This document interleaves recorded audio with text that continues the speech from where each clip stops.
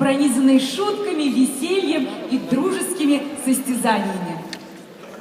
Değerli misafirler, Tatar Milli Sabantoy Bayramı eski zamanlardan beri Tatar halkının gerçek kültür markası olmuştur.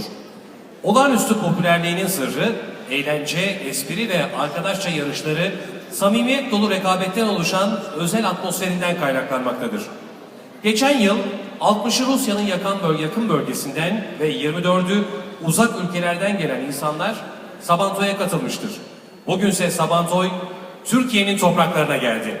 Karşınızda Sabantoy kompozisyonuyla Kazan Dans Topluluğu.